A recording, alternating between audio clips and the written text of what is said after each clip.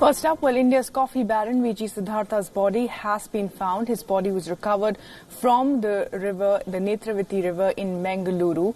Now, remember, the Café Coffee Day founder and former Karnataka Chief Minister S.M. Krishna's son-in-law went missing on Monday evening.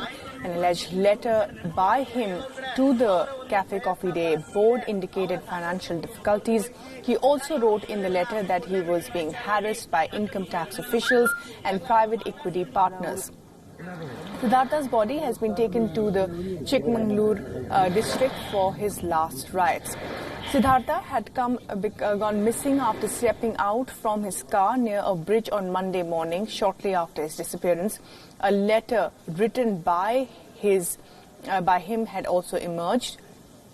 In the letter, Siddhartha wrote that he had failed as an entrepreneur and that it was never his intention to cheat or mislead anyone. He also asked for forgiveness from his family and disclosed the complete list of his assets and liabilities.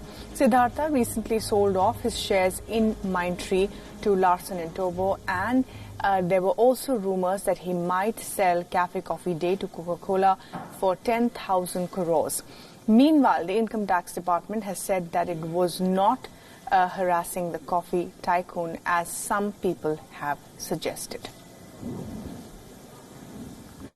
The relatives and friends of VG Siddhartha in Mangalore have confirmed is what Police Commissioner Sandeep Patil has gone on to tell.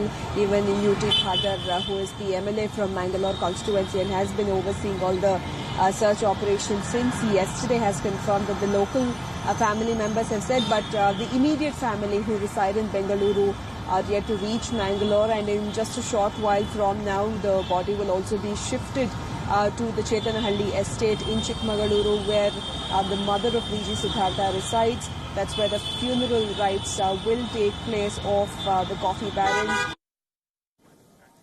All right, let's move on to some other news and get you the latest now from Hong Kong, where protesters have gathered in front of the Eastern Magistrates Court.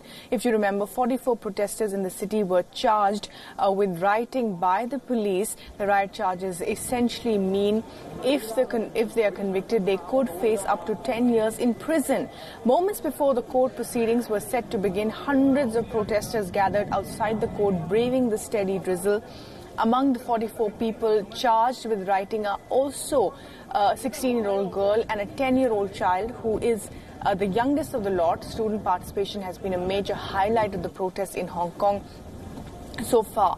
The demonstrators were heard chanting "Reclaim Hong Kong" in Cantonese as a symbol of support for the people who have been charged. Hong Kong has been rocked by its biggest political crisis in decades in the past 2 months.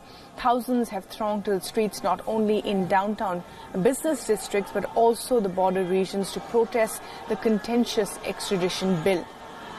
Just yesterday, the protesters targeted Hong Kong's Tiu Kien Ling station in an attempt to disrupt the train services and try to paralyze the city's transportation. Activists blocked train doors, disrupting services and forcing hundreds of people to stream out of the railway stations in support of alternative transport.